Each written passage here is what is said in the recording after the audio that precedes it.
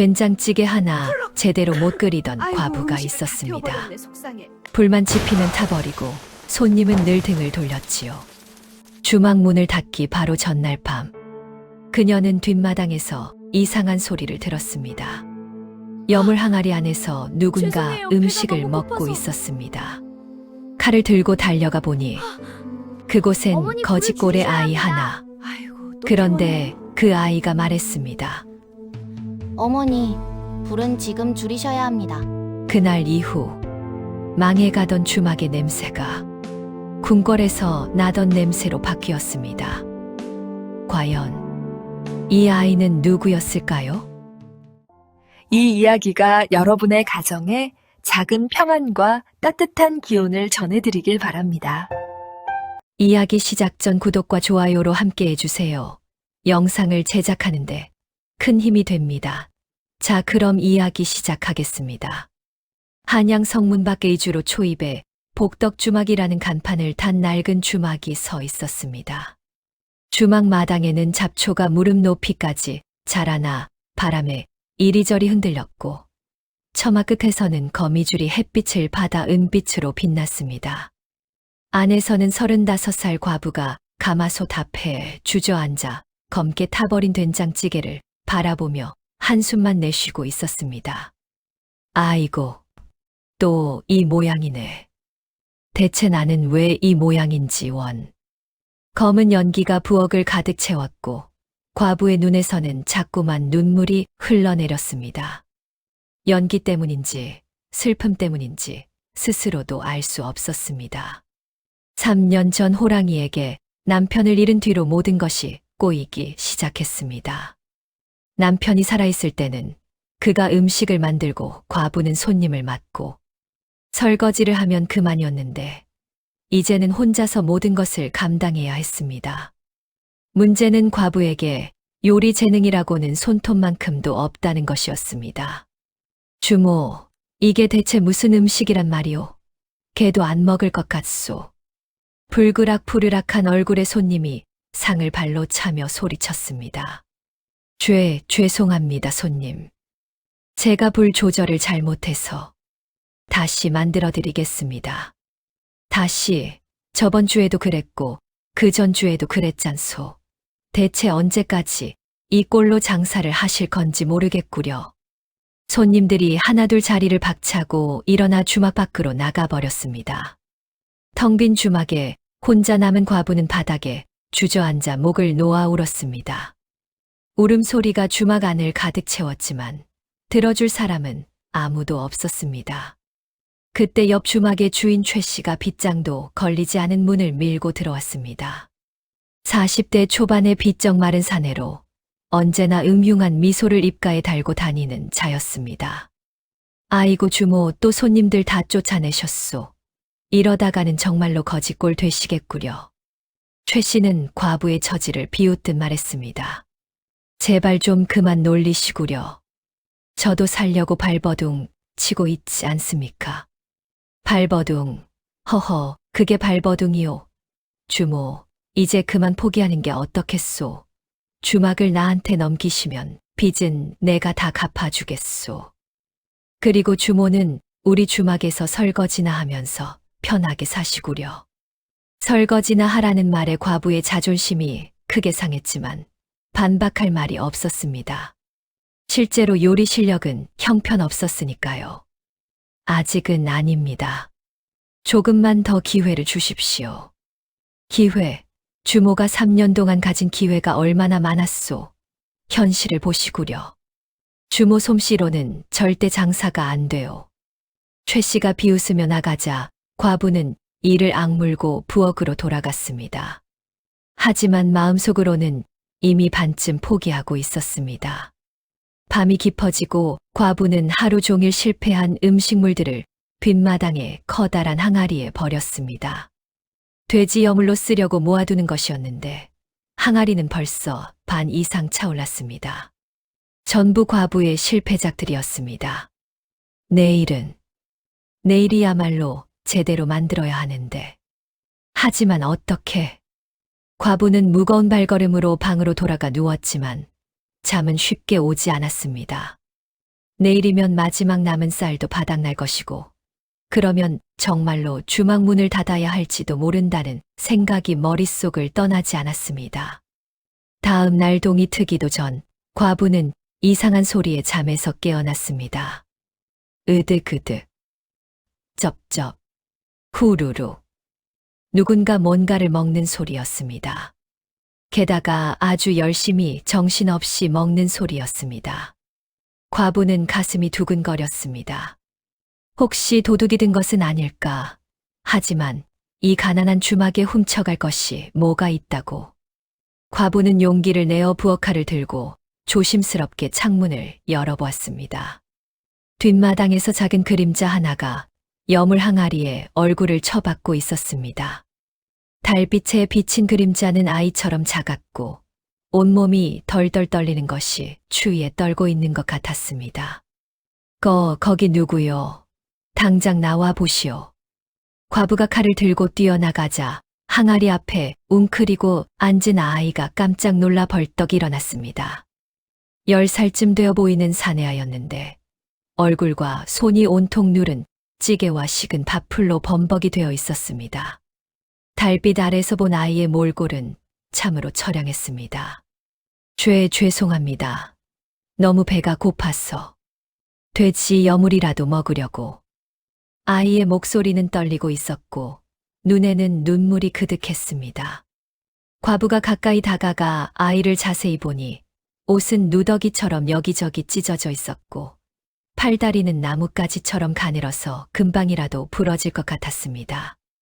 얼굴은 광대뼈가 툭 튀어나올 정도로 말라 있었고 입술은 갈라져 피가 맺혀 있었습니다. 아이고 세상에. 대체 얼마나 굶었길래 이 지경이 된 거니? 과부의 마음이 순식간에 약해졌습니다. 자신도 힘들고 배고프지만 이 아이는 훨씬 더 딱한 처지였습니다. 과부는 칼을 내려놓고 아이의 손을 잡았습니다. 어서 안으로 들어오너라. 밥을 줄 테니. 이런 것 먹으면 배탈 난단다. 정말 괜찮으십니까? 저는 돈이 없는 거요. 아이의 눈에서 눈물이 주르륵 흘러내렸습니다. 과부는 아이를 부엌으로 데려가 먼저 얼굴을 씻겨 주었습니다. 물로 씻어낸 얼굴은 생각보다 깨끗하고 단정했습니다. 묘하게 귀한 집 아이 같은 느낌도 들었습니다. 일단 이것부터 먹어라. 천천히 먹어야 한다. 급하게 먹으면 체한단다. 과부는 어젯밤 남은 식은 밥에 물을 부어 죽을 쓰고 거기에 김치를 잘게 썰어 넣어 주었습니다. 아이는 처음에는 참으려고 했지만 배에서 꼬르륵 소리가 나자 참지 못하고 숟가락을 들었습니다. 하지만 과부의 당부를 기억했는지 한 숟가락씩 천천히 떠먹었습니다. 먹으면서도 계속 고맙다는 말을 중얼거렸습니다. 고맙습니다. 정말 고맙습니다. 이렇게 따뜻한 밥은 정말 오래간만입니다. 대체 부모님은 어디 계시니? 혼자 돌아다니는 거니? 아이가 죽을 삼키고 고개를 푹 숙였습니다. 한참 동안 말이 없다가 떨리는 목소리로 대답했습니다. 부모님은 작년에 모두 돌아가셨습니다. 역병으로. 세상에. 그럼 혼자서 이 추운 겨울을 떠돌아다닌 거니? 예. 먹을 것을 찾아서 이 마을 저 마을 다니면서. 하지만 아무도 저 같은 거지는 거들떠보지도 않았습니다. 아이의 이야기를 들으니 과부도 눈물이 났습니다. 과부 자신도 힘들지만 이렇게 어린아이가 부모도 없이 굶주리며 떠도는 것을 보니 가슴이 미어졌습니다. 오늘은 여기서 자고 가거라. 내일 아침에 먹을 것을 싸줄 테니. 비록 넉넉하진 않지만 정말 감사합니다. 은혜를 평생 잊지 않겠습니다. 아이는 과부에게 절을 했습니다. 과부는 헌 이불을 깔아주고 아이를 재웠습니다. 아이는 이불 속에 들어가자마자 골아 떨어졌습니다. 과부는 잠든 아이를 한참 바라보다가 조용히 한숨을 쉬었습니다. 나도 먹고 살기 힘든데. 하지만 이 아이를 어찌 그냥 내쫓겠나. 다음 날 아침 과부가 일어나 보니 뜻밖의 광경이 펼쳐져 있었습니다. 아이가 벌써 일어나 마당을 깨끗이 쓸고 있었을 뿐만 아니라 부엌의 설거지까지 모두 끝내놓았던 것입니다. 게다가 물까지 길어다 놓았습니다. 어머, 벌써 일어났니? 그리고 이 모든 걸 다. 예, 어머니께서 밥을 주셔서. 제가 할 수 있는 것은 이것밖에 없어서요. 그리고 제가 물 길어오는 건 익숙합니다. 아이는 밝게 웃었습니다.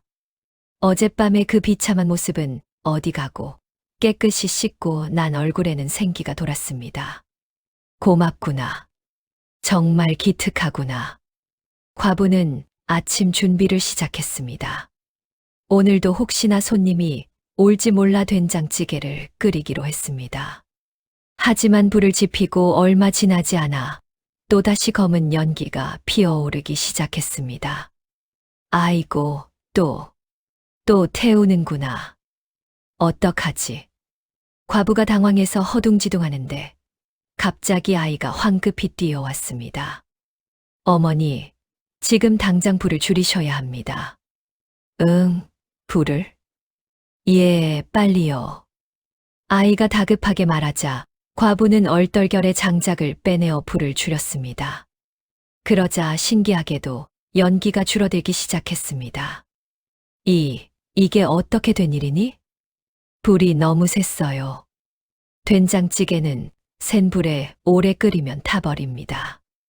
아이가 당연하다는 듯 말했습니다. 과부는 깜짝 놀라 아이를 쳐다보았습니다. 너, 대체 어떻게 그걸 아는 거니? 아이는 잠시 말을 멈췄습니다. 뭔가 말하기 어려운 표정이었습니다. 과부가 다시 물었습니다. 얘야, 숨기지 말고 말해보렴. 내가 요리를 아는 거니? 아이가 천천히 고개를 끄덕였습니다. 예. 저희 어머니가 궁에서 일하셨습니다. 궁궐 말이니? 예. 어머니는 왕비마마의 수라를 담당하는 나인이셨습니다. 과부의 눈이 휘둥그레졌습니다.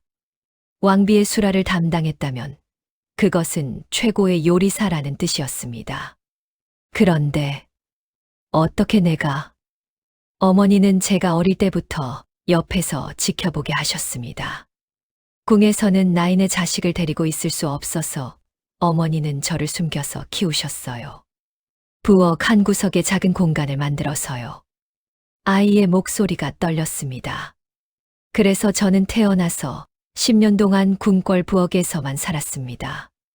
바깥 세상은 한 번도 나가본 적이 없었어요. 그저 어머니가 요리하시는 걸 보고 가끔 심부름을 하고 그게 제 인생의 전부였습니다. 그럼 어떻게 밖으로? 작년에 역병이 궁궐에 돌았습니다. 어머니도 역병에 걸리셔서 돌아가시기 전에 저를 궁 밖으로 내보내셨어요. 그리고 아이가 품속에서 작은 천 보자기를 꺼냈습니다. 아주 낡고 때가 탄 보자기였지만 아이는 그것을 보물처럼 소중히 다루었습니다. 이건 어머니께서 마지막으로 제게 주신 것입니다. 조심스럽게 보자기를 풀자 안에서 작은 나무 조각들이 나왔습니다. 얇은 대나무를 깎아 만든 것으로 각각의 조각에는 무언가가 새겨져 있었습니다. 이게 뭐니? 어머니께서 평생궁에서 배운 요리 비법들을 새겨 놓으신 겁니다. 나인들은 글을 배울 수 없어서 어머니는 그림으로 그려서 외우셨대요. 그리고 저한테 그것들을 모두 가르쳐 주셨습니다. 과부는 그 나무 조각들을 받아들었습니다. 정말로 작은 그림들이 정교하게 새겨져 있었습니다. 무의 모양, 파의 모양, 물결 무늬, 불꽃 모양. 각각이 무언가를 뜻하는 것 같았지만 과부는 도무지 알 수가 없었습니다. 이게 대체 무슨 뜻이니? 제가 설명해 드릴게요. 이 그림은 물을 써는 방법이고 이건 불의 세기를 조절하는 방법이고 아이의 설명을 듣고 있던 과부는 문득 의문이 들었습니다. 그런데 얘야, 내가 아무리 어머니께 배웠다 해도 직접 해본 적은 있니? 그저 보기만 한 것 아니니? 아이는 잠시 머뭇거렸습니다. 사실 직접 해본 적은 별로 없습니다. 어머니 옆에서 채소를 씻거나 다듬는 것만 했어요. 어머니께서 요리하시는 걸 보면서 배웠을 뿐입니다. 그럼 내가 정말로 할 수 있을지 어떻게 아니? 그 질문에 아이는 단호하게 대답했습니다. 해본 적은 없지만 할 수 있습니다. 저는 어머니가 수천 번 하시는 걸 봤습니다. 눈을 감으면 모든 동작이 보입니다. 과부는 반신반의했지만 다른 방법도 없었습니다. 그럼 한번 해보겠니? 내가 직접. 예, 제가요? 그래. 어차피 내가 하면 또 망칠 거야. 내가 한번 해보렴. 아이는 긴장한 얼굴로 고개를 끄덕였습니다. 그리고 가마솥 앞에 섰습니다. 작은 몸이 가마솥보다도 작아 보였지만 아이의 눈빛만은 진지했습니다. 먼저 물을 붓고 아이는 조심스럽게 물을 가마솥에 부었습니다. 그리고 멸치와 다시마를 넣었습니다. 불을 지피고 처음에는 센 불로 과부가 불을 지피자 물이 보글보글 끓기 시작했습니다. 이제 멸치를 건져내고 다시마는 조금 더. 아이의 손놀림은 신중했지만 확신에 차 있었습니다. 마치 수백 번도 넘게 해본 것처럼 자연스러웠습니다. 물을 넣고 불을 줄이고 시간이 흐르자 부엌에서 고소한 냄새가 피어오르기 시작했습니다. 과부는 깜짝 놀랐습니다. 이런 냄새는 남편이 살아있을 때나 맡아봤던 냄새였습니다. 이게 정말 내가 만든 거니? 아직 끝나지 않았습니다. 이제 된장을 풀어야 해요. 아이는 국자의 된장을 조금 덜어 육수에 조심스럽게 풀었습니다. 그리고 간을 보더니 고개를 끄덕였습니다. 됐습니다. 이제 파와 마늘을 넣고 한번 끓어오르면. 잠시 후 아이가 불을 껐습니다. 완성입니다. 과부는 떨리는 손으로 찌개를 한술 떠서 맛을 보았습니다. 그리고 그 자리에 주저앉고 말았습니다. 이게 정말 여보가 만들던 그 맛이야. 아니, 그보다 더 맛있어. 과부의 눈에서 눈물이 주르륵 흘러내렸습니다. 기쁨의 눈물이었습니다. 어머니, 괜찮으세요? 괜찮다. 너무 괜찮단다. 내가 기적을 일으켰구나. 바로 그때 주막 문이 열리며 손님이 들어왔습니다. 주모, 아직 장사하시오. 근처에 다른 주막이 다 찼는데. 손님은 반신반의하는 얼굴로 주막 안을 둘러보았습니다. 복덕 주막의 음식이 형편없다는 것은 이미 소문이 났기 때문입니다. 예, 어서 오십시오. 과부는 황급히 눈물을 닦고 일어나 손님을 맞았습니다. 그리고 아이가 만든 찌개와 밥을 내왔습니다. 손님은 처음에는 시큰둥한 얼굴로 숟가락을 들었습니다. 하지만 찌개를 한술 떠서 입에 넣는 순간 눈이 휘둥그레졌습니다. 이게 주모, 이게 정말 주모가 만든 거요? 예. 그런데 맛이 어떠신지요? 어떠긴, 이건 궁중 음식 못지않소. 아니, 내가 한양에서 먹어본 어떤 음식보다 맛있소. 손님은 정신없이 밥을 먹기 시작했습니다. 그리고 한 그릇을 뚝딱 비우더니 말했습니다. 주모, 한 그릇 더 주시구려. 그리고 이 맛을 어떻게 낸 거요? 도대체 무슨 비법이 있소? 그게 어떤 분이 가르쳐 줬습니다. 그분이 누구든 대단한 솜씨요. 주모, 내일도 꼭 올 거요. 손님은 밥값에 더해 후한돈을 얹어주고 갔습니다. 과부와 아이는 서로를 바라보며 믿을 수 없다는 표정을 지었습니다. 우리가 우리가 해냈어. 어머니께서 저를 믿어주셔서 감사합니다. 두 사람은 서로 껴안고 기쁨의 눈물을 흘렸습니다. 그날 이후 매일 기적 같은 일이 벌어졌습니다. 아이가 요리를 하면 과부가 손님을 맞았습니다. 처음에는 한두 명이던 손님이 사흘 만에 5명이 되고 일주일 후에는 10명이 넘었습니다. 주막은 점점 활기를 띠기 시작했고 과부의 얼굴에는 오랜만에 웃음이 돌아왔습니다.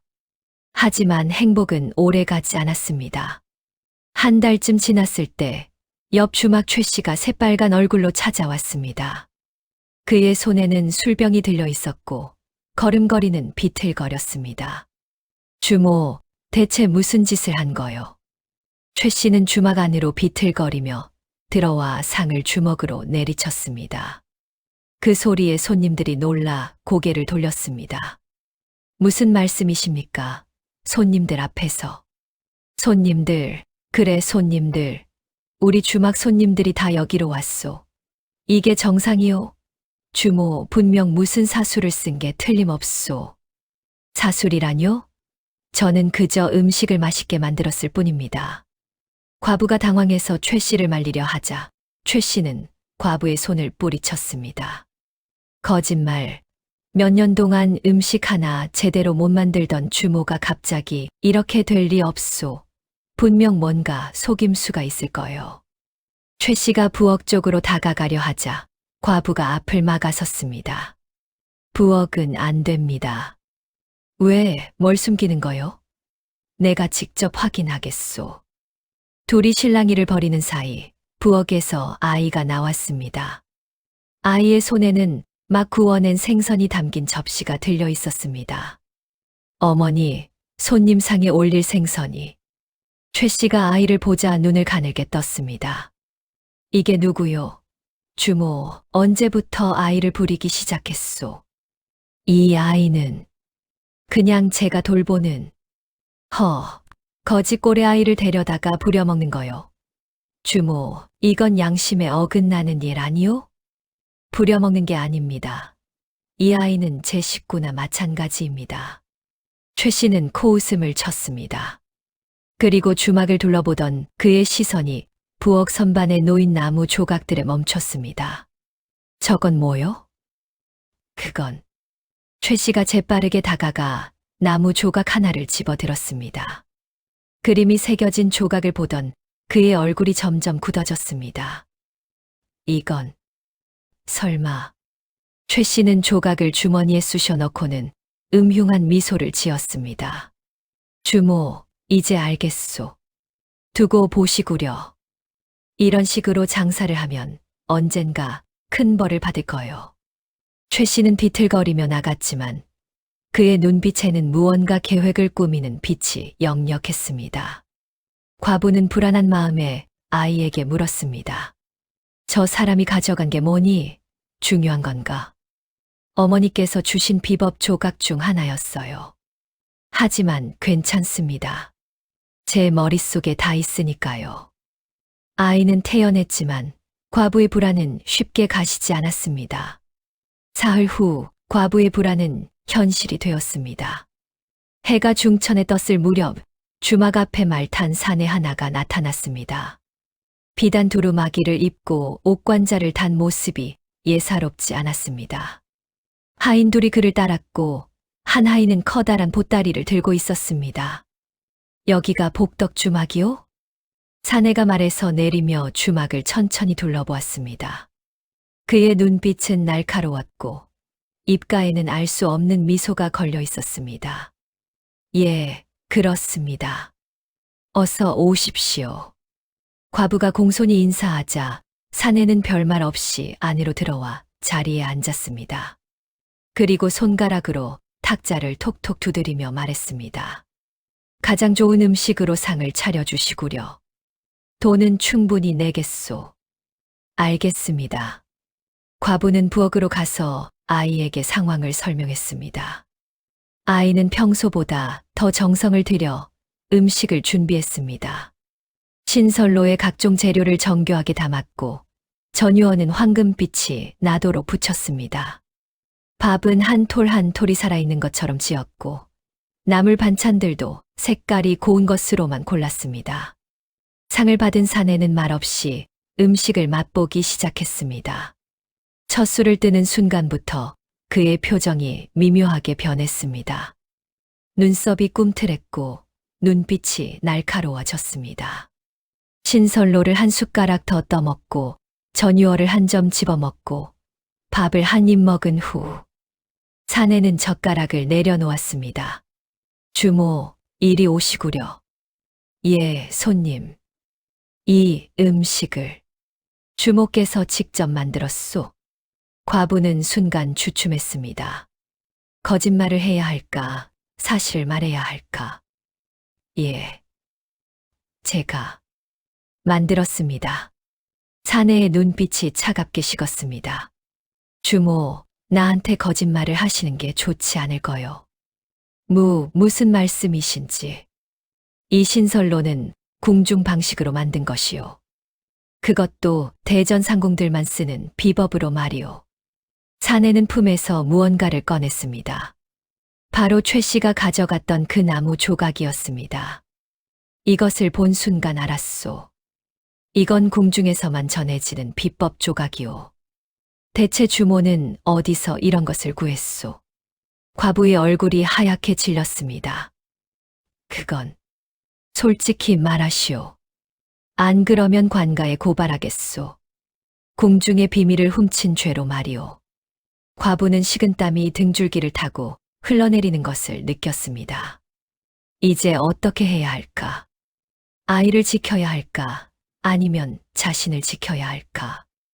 바로 그때 부엌에서 아이가 나왔습니다. 제가 만들었습니다. 뭐라고?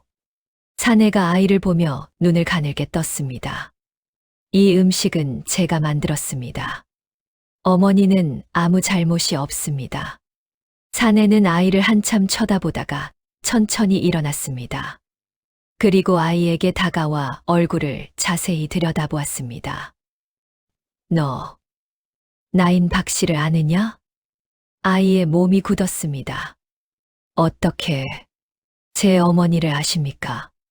사내의 얼굴에 복잡한 표정이 스쳤습니다. 분노도 아니고 슬픔도 아닌 형언할 수 없는 감정이었습니다. 내 어머니는 나의 누나였다. 주막 안에 침묵이 흘렀습니다. 과부도 아이도 숨을 죽인 채 사내를 바라보았습니다. 너는 내 조카란 말이다.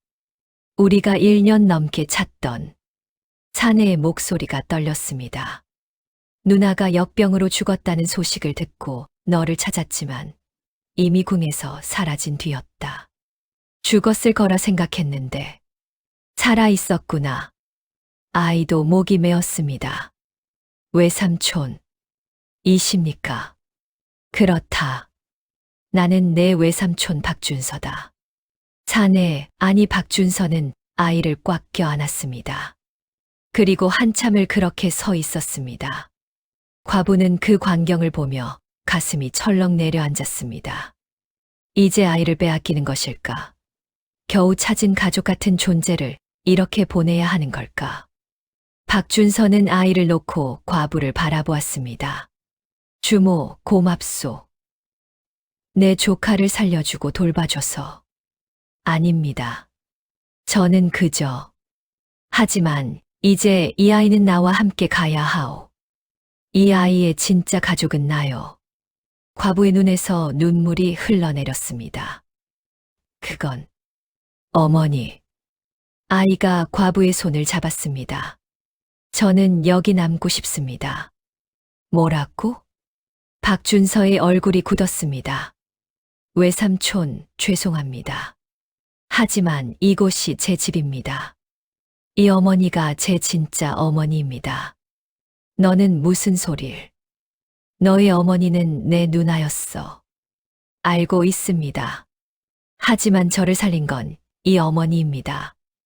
여물통에서 먹을 것을 찾던 저를 거두어 주신 분도, 밤새 추위에 떨던 저를 따뜻하게 해주신 분도 이 어머니입니다.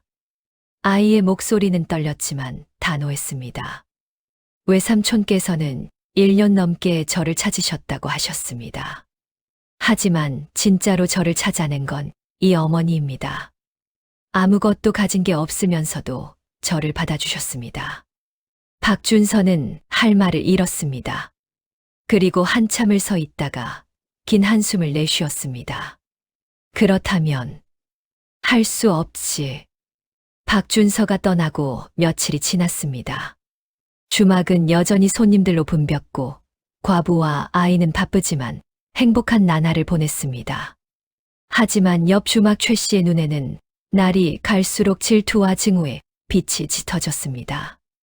어느 날 저녁 최 씨는 자신의 주막에 홀로 앉아 술을 마시고 있었습니다. 텅 빈 주막, 먼지가 쌓인 상, 시들어가는 반찬들. 모든 것이 그를 비웃는 것 같았습니다. 그때 주막 문이 열리며 낯선 사내가 들어왔습니다. 검은 도포를 입고 갓을 깊이 눌러쓴 모습이 범상치 않았습니다. 주인장, 잠깐 이야기를 나눌 수 있겠소? 누구시오? 내 신분은 중요치 않소. 중요한 건 당신이 복덕 주막을 무너뜨리고 싶어 한다는 것이오. 최 씨의 눈이 번뜩였습니다. 어떻게 그걸? 나도 그 주막이 눈에 까시오. 서로 도우면 어떻겠소? 사내는 탁자 위에 은자 몇 냥을 던졌습니다. 달빛에 반짝이는 은자를 보며 최 씨의 눈빛이 흔들렸습니다. 무엇을 하면 돼요? 간단하오. 복덕 주막에서 음식을 먹은 손님들이 배탈이 나게 만드시오. 배탈, 그게 무슨? 이것을 음식에 몰래 넣으면 돼요. 사내는 작은 종이봉지를 건넸습니다. 이건 독약은 아니오. 그저 배를 조금 아프게 할 뿐이지. 사람이 죽지는 않소. 하지만 소문은 퍼질 것이오. 복덕 주막의 음식을 먹으면 배탈이 난다고 말이오. 최 씨는 잠시 망설였습니다. 하지만 텅 빈 자신의 주막을 보자 마음이 굳어졌습니다. 알았소. 하겠소. 사내는 음흉한 미소를 지으며 사라졌습니다. 그 뒷모습을 보며 최 씨는 알지 못했습니다. 자신이 얼마나 위험한 거래를 했는지를. 이틀 후 복덕 주막에 큰 손님이 찾아왔습니다.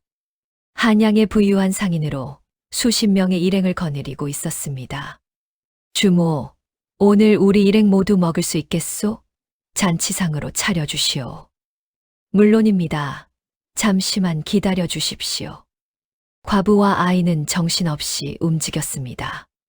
밥을 짓고 찌개를 끓이고 전을 부치고 주막은 그 어느 때보다 활기찼습니다. 하지만 아무도 눈치채지 못했습니다. 뒷문으로 몰래 들어온 최 씨가 부엌 구석에 숨어 있는 것을. 그리고 과부와 아이가 잠시 자리를 비운 사이 재빨리 음식에 무언가를 뿌린 것을. 상을 받은 상인 일행은 맛있게 식사를 했습니다. 하지만 밤이 되자 문제가 발생했습니다. 배야. 배가 아파. 나도 배가 아프오.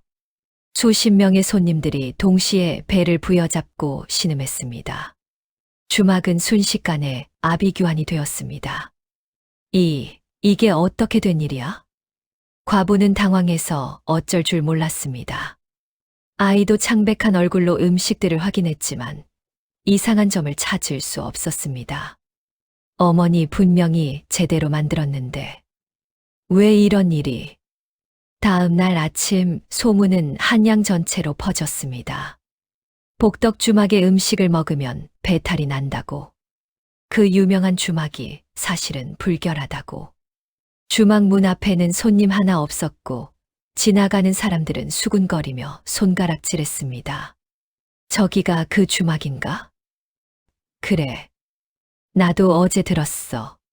수십 명이 동시에 배탈이 났대. 무서워라. 다신 안 가야지. 과부는 주막 문 앞에 멍하니 서서 지나가는 사람들을 바라보았습니다. 눈에서는 눈물이 끊임없이 흘러내렸습니다. 다 끝났구나. 이제 정말 끝이야. 아이도 옆에 서서 고개를 숙이고 있었습니다. 어린 어깨가 떨리고 있었습니다. 어머니, 죄송합니다. 제가 잘못 만든 게 틀림없습니다. 아니야. 네, 잘못이 아니야. 그날 저녁 최 씨가 찾아왔습니다. 하지만 이번에는 웃고 있지 않았습니다. 오히려 얼굴이 창백했습니다. 주모. 당신이 한 짓이지. 과부가 차갑게 물었습니다. 최 씨는 고개를 끄덕였습니다. 미안하오. 내가 큰 실수를 했소. 실수, 당신이 우리를 망쳤는데 실수라고. 들어보시오. 나도 속은 거요. 어떤 사내가 나한테 그저 배를 조금 아프게 할 가루라고 줬는데. 최 씨는 떨리는 손으로 종이봉지를 꺼냈습니다. 이걸 의원한테 보였더니 이게 그냥 배탈 가루가 아니라 중독 증상을 일으키는 거라고. 계속 먹으면 죽을 수도 있대요. 과부의 얼굴이 하얗게 질렸습니다. 뭐라고? 그 사내가 나를 이용한 거요. 복덕 주막을 망치려고. 아니, 어쩌면. 최 씨가 과부를 똑바로 쳐다보았습니다. 어쩌면 주모를 죽이려고 한 것일 수도 있소. 계속 이 소문이 퍼지면 결국엔 관가에서 조사할 것이고 독약을 음식에 탄 죄로 주모가. 더 이상 말을 잇지 못한 최 씨는 바닥에 주저앉았습니다. 미안하오. 정말 미안하오. 나는 그저 질투심에. 하지만 과부는 최 씨의 사과를 들을 여유가 없었습니다. 누군가 자신을 죽이려 한다. 대체 누가, 왜? 그날 밤 과부는 잠을 이룰 수 없었습니다. 대체 누가 자신을 해하려는 걸까? 생각할수록 머리가 복잡했습니다. 옆방에서는 아이도 뒤척이는 소리가 들렸습니다. 새벽녘 주막 밖에서 인기척이 들렸습니다. 과부는 조심스럽게 창문을 열어보았습니다. 달빛 아래 검은 옷을 입은 사내 둘이 주막 주변을 배회하고 있었습니다. 오늘 밤에 불을 지르면 되는 거지. 그래. 어차피 소문으로 망한 주막이니 누구도 의심하지 않을 거야. 불 조심 안 한 탓으로 돌리면 그만이지. 과부는 숨이 멎는 것 같았습니다. 불을 지른다고 과부는 재빨리 아이를 깨웠습니다. 얘야, 일어나라. 우리 지금 당장 나가야 한다. 어머니, 무슨 일이세요? 설명할 시간 없어. 빨리. 둘은 뒷문으로 조심스럽게 빠져나갔습니다. 그리고 주막에서 조금 떨어진 곳에 숨어서 지켜보았습니다. 얼마 지나지 않아 주막에서 불길이 치솟기 시작했습니다. 사내들이 정말로 불을 지른 것입니다. 과부는 자신이 평생 지켜온 주막이 불타는 것을 보며 눈물을 흘렸습니다. 하지만 울고만 있을 수는 없었습니다. 얘야, 저 사람들 뒤를 밟자. 누가 시킨 건지 알아내야 해. 두 사람은 조심스럽게 사내들을 미행했습니다. 사내들은 한양성 안쪽으로 들어가 어느 큰 저택 앞에 멈췄습니다. 그리고 뒷문으로 들어갔습니다. 저기가 어디일까? 과부가 주변을 살피는데 갑자기 뒤에서 목소리가 들렸습니다. 거기서 뭐 하시오? 깜짝 놀라 돌아보니 박준서였습니다. 주모, 아니 주모가 왜 여기? 그리고 조카는? 과부는 숨가쁘게 상황을 설명했습니다. 주막에 독이 뿌려진 일, 불이 난 일, 그리고 사내들을 따라온 일까지. 박준서의 얼굴이 점점 굳어졌습니다. 이 저택은 영의정 김문수의 집이요. 영의정? 조정의 최고 대신이요. 그런데 왜 영의정이 주모를? 박준서가 무언가 떠올린 듯 눈을 크게 떴습니다. 설마, 혹시 조카가 만든 음식을 영의정이 먹어본 적이 있소? 아니요. 저희 주막엔 그런 높은 분이 오신 적이. 잠깐, 그럼 영의정의 누군가가 먹어봤을 수도. 그때 아이가 조용히 말했습니다. 외삼촌, 혹시 왕비마마와 관련이 있을까요? 왕비마마. 제 어머니는 왕비마마를 모셨습니다. 그리고 영의정 김문수는 아이가 말을 멈췄습니다. 하지만 박준서는 그 말의 의미를 알아챘습니다. 영의정은 왕비마마의 정적이지. 왕비마마의 세력을 약화시키려고 온갖 수를 쓰고 있어. 궁중수라의 법이 바깥으로 세웠다는 흉을 잡아 왕비를 치려는 수가 될 수 있지. 또 하나 그 비법을 빼앗아 자기 사람 손에 쥐게 하려는 욕심도 있을 것이고. 박준서의 얼굴은 심각해졌고 과부는 그제야 상황을 이해하기 시작했습니다. 자신들은 단순한 주막 주인과 아이가 아니었습니다. 거대한 권력 다툼의 한가운데에 있었던 것입니다. 그럼 우리 어떻게 해야 합니까? 일단 안전한 곳으로 피해야 하오. 내가 보호하겠소. 박준서는 두 사람을 자신의 집으로 데려갔습니다. 그리고 그날 밤 내내 대책을 논의했습니다. 다음 날 아침 박준서는 대궐로 들어갔습니다. 그리고 왕비마마를 아련했습니다. 마마, 아뢰옵니다. 나인 박씨의 아들을 찾았사옵니다. 왕비는 자리에서 벌떡 일어났습니다. 정말이냐? 그 아이가 살아있단 말이냐? 그러하옵니다. 그런데 아이가 위험에 처해 있사옵니다. 박준서는 모든 상황을 자세히 설명했습니다. 왕비의 얼굴은 점점 차갑게 굳어갔습니다. 김문수가 감히 마마, 증거가 필요하옵니다. 증거는 내가 찾겠다. 너는 그 아이와 주모를 안전하게 지켜라. 사흘 후 대궐에서 큰 사건이 일어났습니다. 영의정 김문수가 영모죄로 잡혀간 것입니다. 왕비마마가 직접 증거를 차지하는 것이었습니다. 김문수는 복덕주막을 없애려 한 것뿐만 아니라 다른 여러 음모도 꾸미고 있었던 것으로 밝혀졌습니다. 소문은 한양 전체로 빠르게 퍼졌습니다. 복덕주막의 음식은 원래 깨끗했고 영의정이 모함을 한 것이라고. 오히려 복덕주막은 왕비마마께서 인정하신 곳이라고. 과부와 아이는 박준서의 도움으로 주막을 다시 지었습니다. 이전보다 더 크고 튼튼하게 지어진 새 주막에는 첫날부터 손님들이 몰려들었습니다. 주모, 그동안 얼마나 고생이 많으셨소. 주모는 죄가 없었는데 누명을 쓰셨구려. 앞으로 매일 올 거요.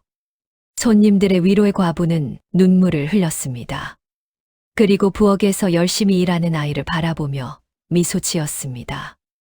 어느 날 대궐에서 사람이 왔습니다. 왕비마마의 명을 전하기 위해서였습니다. 왕비마마께서 주모와 아이를 부르십니다. 두 사람은 떨리는 마음으로 대궐로 갔습니다. 왕비마마는 따뜻한 미소로 그들을 맞았습니다. 내가 박씨의 아들이구나. 너의 어머니는 나의 소중한 친구였단다. 마마. 아이는 눈물을 흘리며 저를 올렸습니다. 그리고 주모, 내 친구의 아들을 지켜주어 고맙소. 이것은 내 감사의 표시요.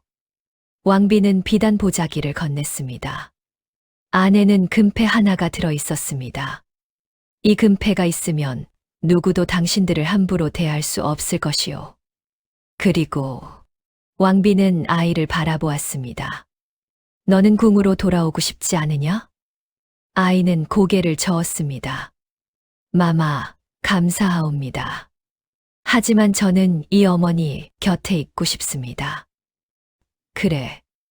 내 어머니도 그랬지. 한 번 마음을 정하면 절대 바꾸지 않았어. 왕비는 슬프면서도 흐뭇한 미소를 지었습니다. 좋다.